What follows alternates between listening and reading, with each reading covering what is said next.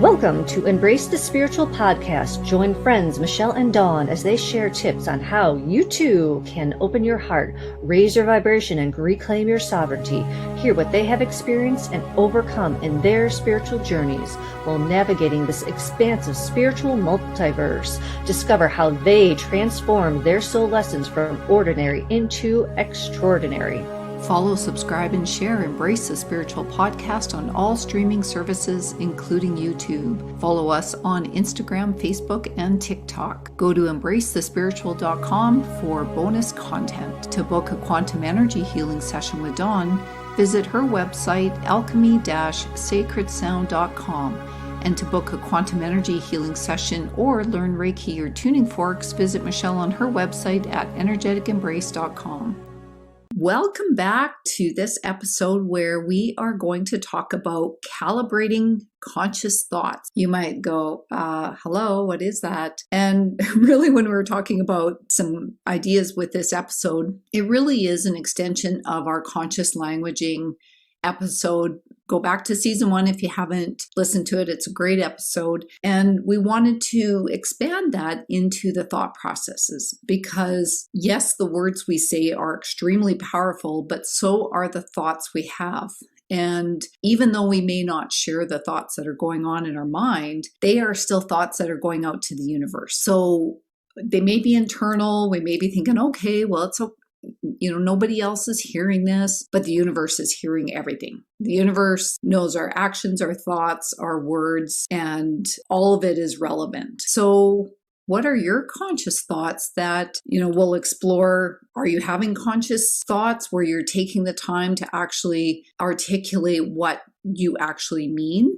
Or are they subconscious thoughts, which could be things that you don't know why those thoughts are in there? Maybe it's some previous life that you hold some belief systems and they're just subconscious and kind of habitual. Or are they unconscious thoughts where you're just not even plugged in?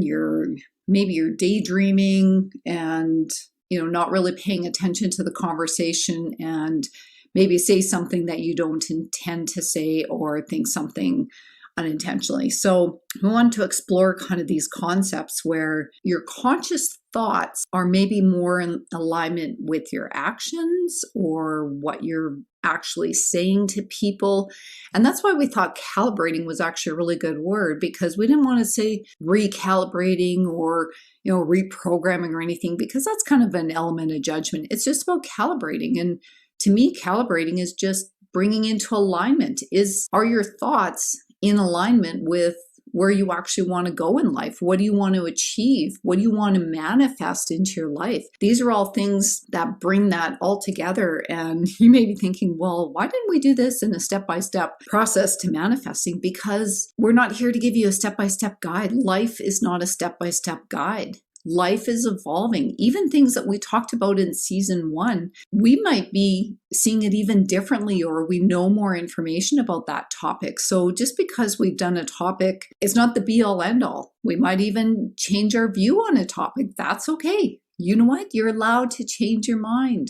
We're expanding, we're growing. And our conscious thoughts, like when we are raising our vibration and expanding how we understand ourselves connected to the universe, things should change. Otherwise, you're not evolving. If we're not evolving, we're not growing. If we're not evolving and growing, we're becoming stuck and stagnant. And nobody wants to be stuck and stagnant because we're all energetic beings and we're meant to be energetically moving and moving in love. And I really like this topic because we are what we think. You are what you eat. You are what you think. If you are a loving, kind, caring being, in your mind, it will reflect out. And if it's not reflecting out, then what are you thinking in your head? We're all here to help shift. And as we are shifting, we need to start, or don't even need to start, because I just feel like some things come naturally. Being in your heart takes you to a different level of consciousness, of being, of viewing your world. And it's just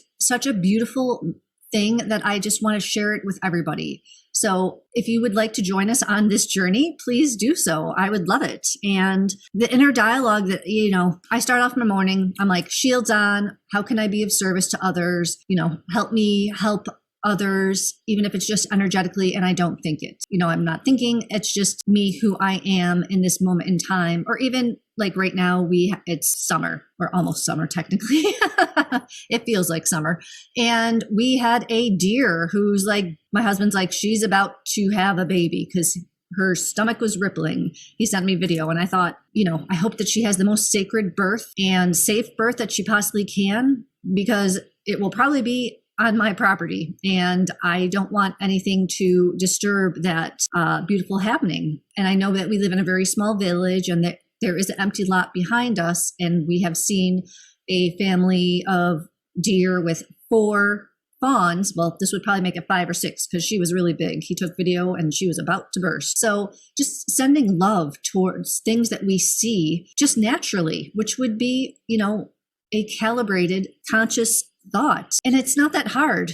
Being in the moment and being loving to yourself first and foremost. And if you see something, from somebody else that is not loving, you can transmute it. You don't have to accept their negative energy. And you can say, I only accept the love in their message to me. And actually, a beautiful friend of mine posted this within the last 24 hours. So I know it was meant to be said. Ask your soul to remove everything that isn't love. See what stays. I thought, oh, that is so beautiful and such a profound, simple thing that we can do. And that's really what recalibrating your thoughts are. Are your thoughts loving? Are you watching a movie or TV and are they changing how you feel about things to a negative side? If they are, maybe it's time to rethink what you're watching or the fear that it might be creating. We are heading towards more of a loving, energetic view of things. Why not step into that now? I feel it with my husband. He's even said, stuff like, oh, the spiritual stuff, is not how I thought, things should be. And I thought, excuse me, who is this person? Because he said, was it 4 years ago? That's your thing, the spiritual journey, not mine. So it's so beautiful to see that he is growing too, as well as I am. So what is your inner dialogue with yourself? You can start that simple every day. Are you racing with what I have to get done? I don't think about it until I leave the bathroom after I'm dressed. So I just don't care. Even on the days that I work, I keep it simple. I know where I'm going. I usually try to pack up things beforehand because I've been helping my friend garden and stuff, and a friend of hers. So I pack up my vehicle beforehand. And if I forget stuff, oh, well, that's okay. Not a big deal. I can do it another day. Because with gardening, it's not like line production work where if it gets held up, it makes the whole system go, oops. But that's because I choose what I want. You have choices. Do you want to go into the office and have it be helter-skelter? Or are you going to say, no, it's not going to happen today? I don't choose this. I know it's hard, but you don't have to accept what people are dishing at you. I don't know the situations you're in. Start asking the questions.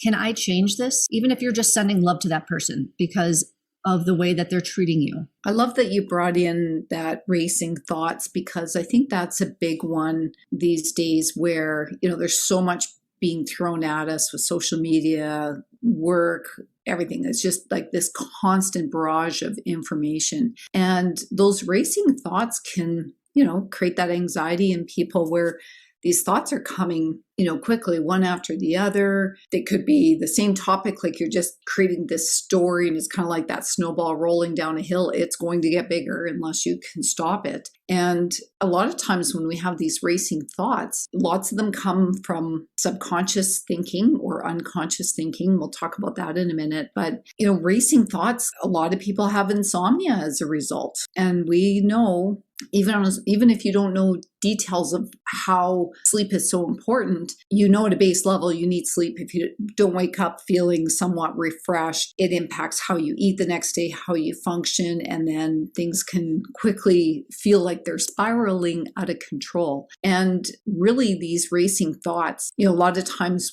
they're kind of future paced, right? We're creating a story of what we think might happen and what we think a person might say or respond to what we're thinking or going to say. Here's the challenge with that. And hey, I used to do this. So there's zero judgment because I've been there, done that, got many t-shirts that I no longer have, let's just say, because I'm not holding on to those as a souvenir by any means. But when we are creating the story in our minds are so powerful that we can inadvertently manifest that into our reality. So when we have the perpetual worry or fear, we've talked about this in recent episodes, where we could actually create a scenario that we don't even realize. So that's a great example of unconscious thinking where we don't even realize we're creating this. So I think racing thoughts are a huge one to be aware of. And I think that's where everything begins with that self-healing processes around awareness. If we're not aware of something, how can we make steps to shift what's going on? And I'm not saying correct, I'm saying shift. Everything's about shifting because everywhere where we've been is helping make us who we are today. So there's no judgment. Please don't judge yourself about whatever has happened in the past because maybe we did the best we could in the moment with the information we had. So we're helping to share this information to help make those shifts. So I think if you find you're going down that kind of rabbit hole, I guess, of racing thoughts, if you feel yourself kind of getting into that spiral, maybe just take a step back. Even if you have to imagine yourself as a person standing in front of you, if you saw a person like outwardly spiraling and creating this story, you would want to help them stop. So why don't we want to help ourselves stop that same cycle? And the key is focusing on the now. What is actually happening now? Because when we create the story, those are things that haven't happened. Yes, it might have been a story you're creating because of past events. That's just another example of maybe some subconscious thinking, some belief systems or patterns that have been ingrained with us. So a big one, focus on the now. Can you change it? No. And in this case, this is one example I would never recommend writing that down. You do not want to write down and anchor in the story that you think may or may not happen. Even if it's a story you're creating because of a past event, cut the cord with that because that past event, you have the ability to break the cycle today. Yes, it could be a past event. Maybe things are lining up to look the same, but they're lining up to look the same because you feel like it's still going to happen, right? Waiting for the other shoe to drop. Well, if you're always waiting for the other shoe to drop, it's eventually going to drop. And the shoe may turn into a heavy boot. And the next time it's going to be, a concrete boot. It's going to get bigger, heavier, and weigh you more down. So that's one of the tips that I wanted to bring in about racing thoughts is focus on the now, not the future, not the past. We can't change the past, so to speak, but we can change our perception of the past. If we see it as a learning event, then we're shifting maybe some trauma around an event. And that's only going to help you in the future. I love how you talked about racing thoughts because I too am way guilty of it. Insomnia, yes, we were best friends at one time. It's getting better. And sometimes I still struggle. I'm like the princess and the pea. Are my blankets okay? Is my pillow okay? Is the dog snoring okay? No, it's not. What really helps with insomnia too is being grateful. So I Reiki all my food and my drinks. And one of the things that I've added to it is being grateful for the healing and anything else that it can give me. So if you have racing thoughts, you can Reiki the sense of calm into your drink. For those who don't know how to Reiki, rub your hands together, make that energy ball. It feels tingly. It can feel windy. What am I forgetting? It can feel hot, cold. It all depends on where you're drawing it from. And then I imagine a pillar of golden light coming down to my heart. And from my heart, it comes down my arms.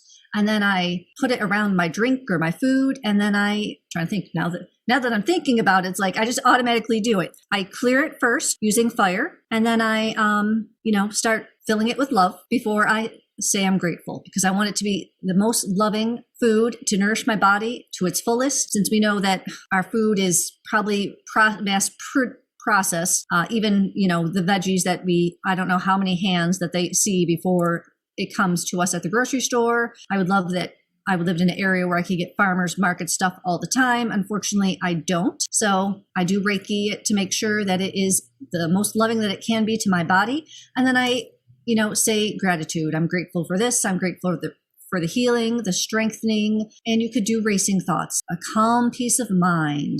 A lot of us clench our teeth because we have those racing thoughts, clearing the tension in our jaw, our head, and our body, and just letting it out. And then enjoy your food. How simple a thing that you can do every day. Sometimes I'm quick. Sometimes I, like to enjoy the moment and probably go a little bit too long. But you know what? Time doesn't matter. So I'm going to do it until it feels right. And that's the beauty about this. You can do it quickly. You can ask your team to help you out. You can ask whatever you want. Dragons, unicorns, angels, galactic, that come with love. And it's so simple. Just taking these moments in time to create what we want for ourselves. And it doesn't cost anything except what you put into it. And I think it's a beautiful gift that we can all do for ourselves. And I do it every day, multiple times a day. And it does create inner dialogue for you because you feel better. You look at things in a different way. You're releasing what is not serving you on a daily basis and sometimes a moment-to-moment basis. And I've been sleeping much better since I've added gratitude to it. I used to listen to a meditation. I don't even remember where it ended. So until I got up to go to the bathroom and I'm like, oh, I never heard it end. So winning on that one. There's so many simple tricks that you can do to reset the situations that you've been. You don't like a past event and it's still bothering you these days, rewrite it. What is bothering you that keeps popping up? Rewrite it. It didn't end that way. It had a different ending and it ended on the most positive timeline. I've been doing that with events in my life and I feel much better. And I've created such beautiful sense of calm and my racing thoughts aren't really racing anymore. Yes, I do talk to my guides. Yes, sometimes they're very pushy, but it's not my racing thought. It is, by the way, this needs to happen. And I'm like, all right, noted. Or if you're problem solving, that's not really a racing thought. We are trying to fence in our yard and trying to do it in the best way to keep the deer out because we're expanding our garden. And how can we do it without having to build a structure that needs a permit? Because I really don't want to get the town involved.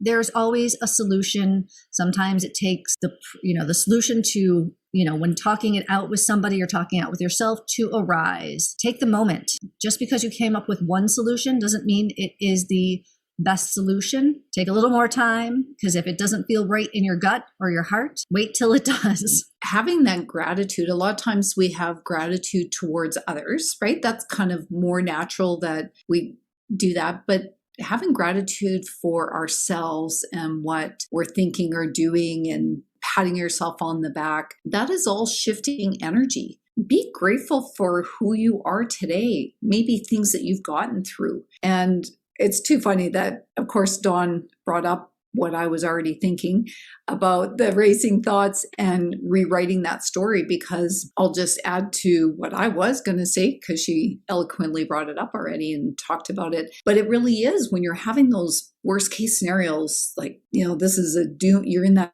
doomsday kind of worst case scenario thinking, is write the best case scenario of what's going to happen. And because we're those powerful manifestors, why not create the best outcome?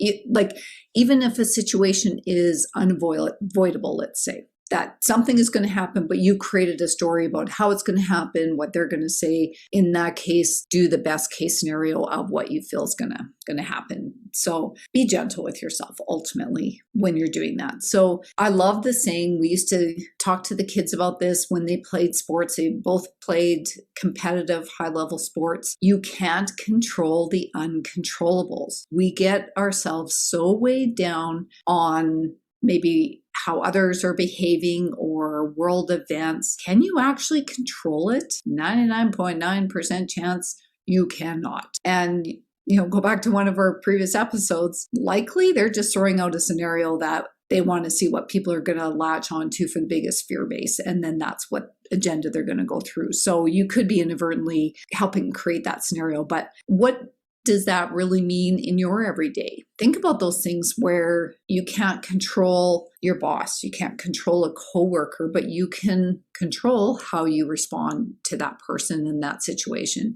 And as Dawn said, when you approach it with love, that person is maybe behaving a certain way because of their own triggers and traumas and things that they've had in their life. We all look through a filter of our experiences. And sometimes, even though you might be frustrated with another person in business where they are really upset with you in a situation, well, them being upset is about them, firstly. But sometimes having compassion for the situation of what they may be looking at through doesn't mean you're condoning any behaviors. That's not what I'm talking about. It's just, can you see it in a different way so that you're not bringing judgment into the situation? Okay, that's really what I'm talking about. So are there areas where you're trying to control the uncontrollables? You're just wasting effort, your energy, and potentially creating a situation in your life that could match what you're trying to control. And I think that's a big thing that we all try to do in some level,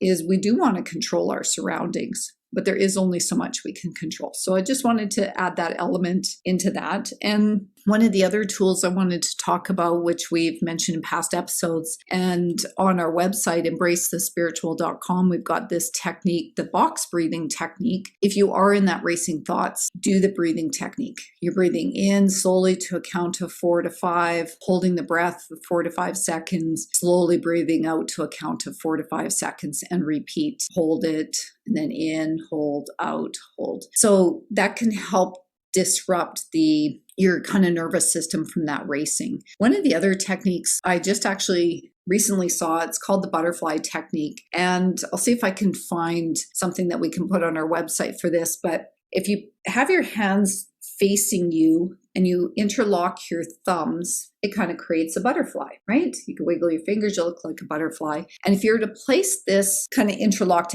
hands and thumbs onto your body, where your thumbs are kind of sitting just kind of in the indent of your neck, right where your collarbone sits. And then you alternate tapping your right hand on your chest and then your left hand and tapping. And that helps reset your vagus nerve. It helps calm your vagus nerve. So this could be something that you do at night as well before sleeping, and just continue to do that until you feel yourself settling down. So just another cool technique that I've seen using mantras, but I'll put a caveat on this, is be really careful about the mantras. I like gratitude better.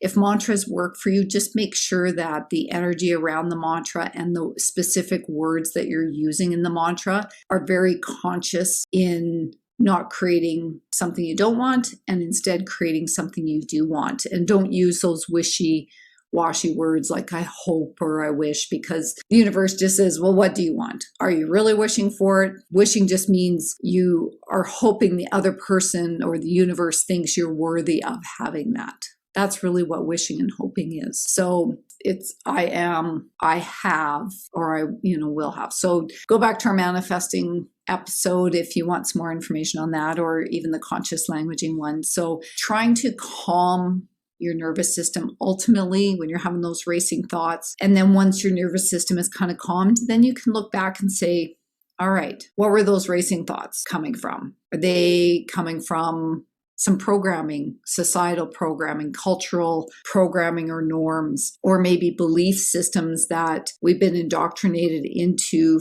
through family, friends, school systems? Or maybe it's a past life. Maybe connect with Dawn and I to have an Akashic reading, or try to figure out where these things are coming from, because sometimes we actually don't know where these behaviors are coming from, right? We have these debilitating fears that might have nothing to do with what has happened in this lifetime. And sometimes we need to have some past life healing or previous life healing to bring that together. So I think really looking at, where is this coming from? Am I having the racing thoughts, or, unconscious languaging, or thoughts and languaging, but we're talking about those conscious and unconscious thoughts, and where are they coming from? Follow the thread. If you have to write this, I would be okay writing this down, because you're looking to heal it. If we don't know where it's coming from, we can't just say, oh, I'm going to fix it, because it's going to come up again. We need to learn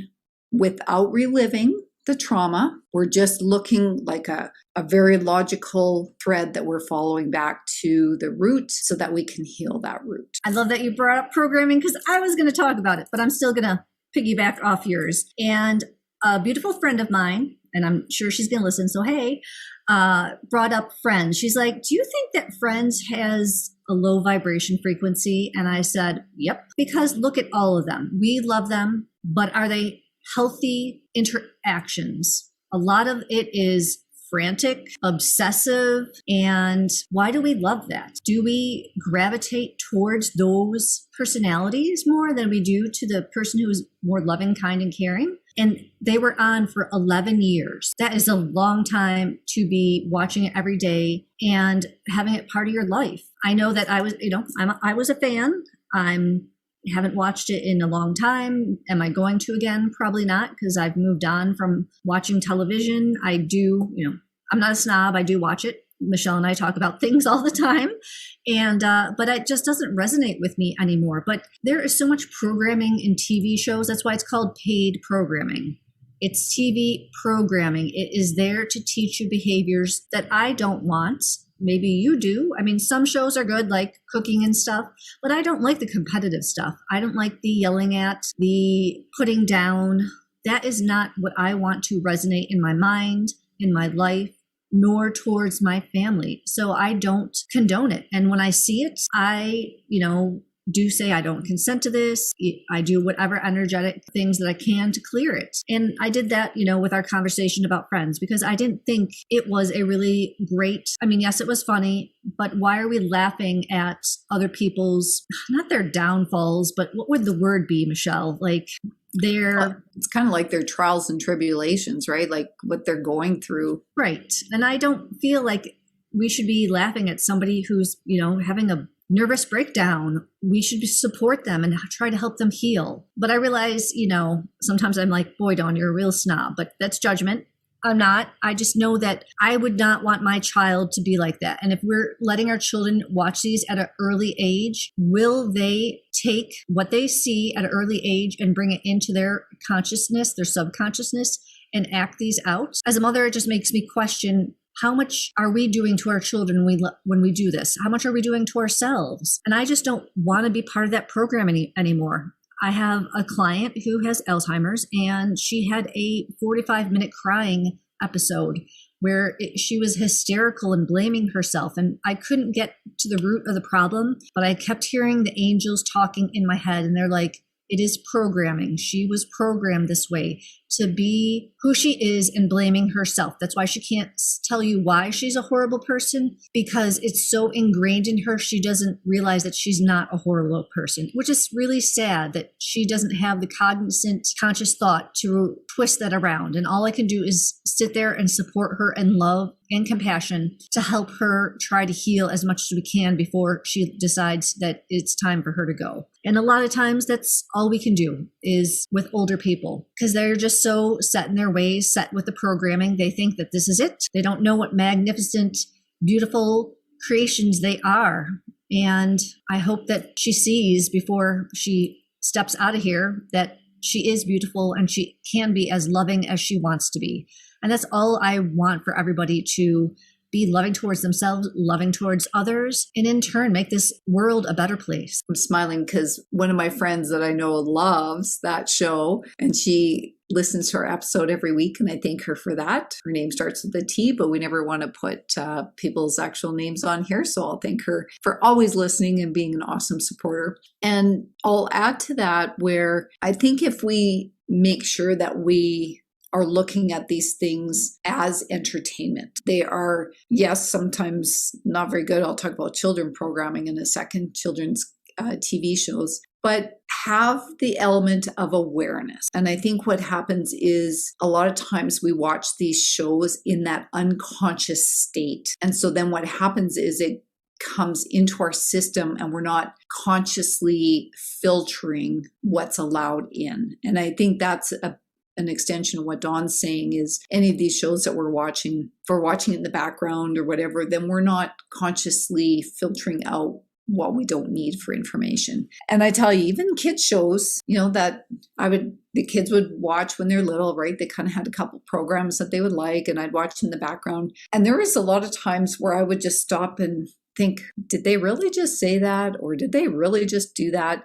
And of course, kids don't have that filter that we do, right? We can watch these shows and go, all right, well, I would never do that, or I would handle that differently. These kids shows, like, there's no mother involved in the show, right? These kids are always on their own, or they're talking actually pretty horribly to each other, like siblings in a show. So I think just be really mindful of that. And if you are watching some of these kids' programs, maybe have a chat with your kids afterwards. Well, that that's not okay to talk. And maybe even have them be aware that when they're watching these shows, sometimes we're watching them to know what not to do, right? And I think that lends itself to kind of that automatic thinking, right? Where that unconscious thinking that things are just happening without us even realizing because of like we're saying, the triggers and things that are already in our body, the filter that we it's kind of like those rose-colored glasses, right? That's really what that imagery means, is we're looking through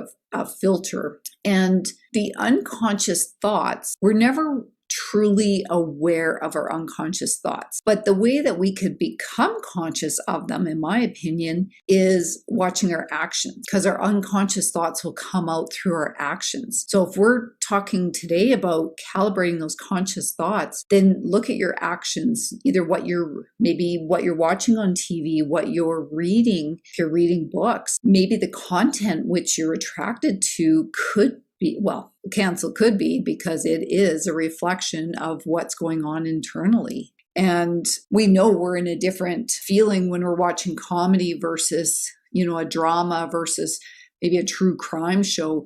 You are in a different mindset when you're watching these things. So I think unconscious thinking really becomes conscious in what is going on around us in our surroundings. So if things are going crappy, you might be unconsciously thinking something bad's about to happen, because that's what you've been taught to think. Life isn't fair. Like all these, these little statements, something so simple, or life should be fair, means that you don't think it's fair to you, right? Because you're saying it should be fair, and looking to other people you can't compare yourself to other people, period, right?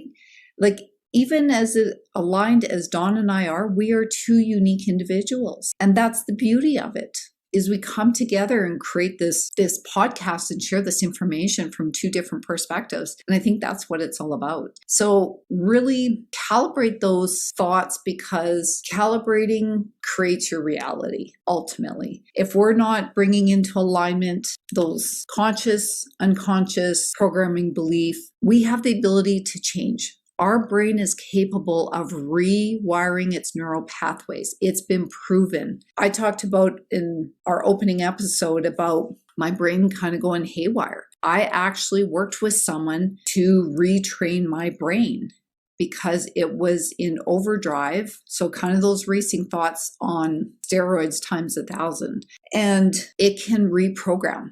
We can train ourselves to meditate. We can train ourselves. It's work. Don't get me wrong. These aren't magic pills that you can take and suddenly the racing thoughts stop. You have to put the work in. And by you putting the work in, you're telling the universe, I am worthy. I am grateful for what I have and where I'm going, and I'm willing to put the work in. We can't expect the universe to magically make things happen for us if we're not going to put the work in, because we're telling the universe, I don't think I'm worth it because I'm not going to put the work in. So the universe is going to go, okay, you don't want to put the work in? I'm happy to sit back. And not that the universe and our guides or angels are judging us. It is just information to them. It's neutral information, non-judgmental. So I think as humans, we add in so much of that judgment kind of element and stop. How are we behaving? Everything that happens in our world is a reflection of what's going on inside. Now, let me say that again and hear this. What is going on around us, what we see, what we experience is a reflection of what's going on inside. So even when we're annoyed with someone else, I'm annoyed that they're doing X, Y, Z. If you were truly honest, you would turn that sentence around to say, I am doing X, Y, and Z. And then you go, Oh, I'm only annoyed by it because it's highlighted in the other person because it's something I have to work on. I get to work on, not even have to, I get to work on it. So be gentle with yourself. Send yourself love. Yes, we need to send other people love, but you have to take care of yourself. We're here to self-heal. We're here to learn. We're here to grow. And when we can calibrate that within ourselves, then the world around us is going to be a different picture. Follow, subscribe, and share Embrace the Spiritual podcast on all streaming services, including YouTube. Follow us on Instagram, Facebook, and TikTok. Go to embracethespiritual.com for bonus content. To book a quantum energy healing session with Dawn, visit her website, alchemy-sacredsound.com. And to book a quantum energy healing session or learn Reiki or Tuning Forks, visit Michelle on her website at energeticaembrace.com. Infinite love and gratitude. Thank you for joining us.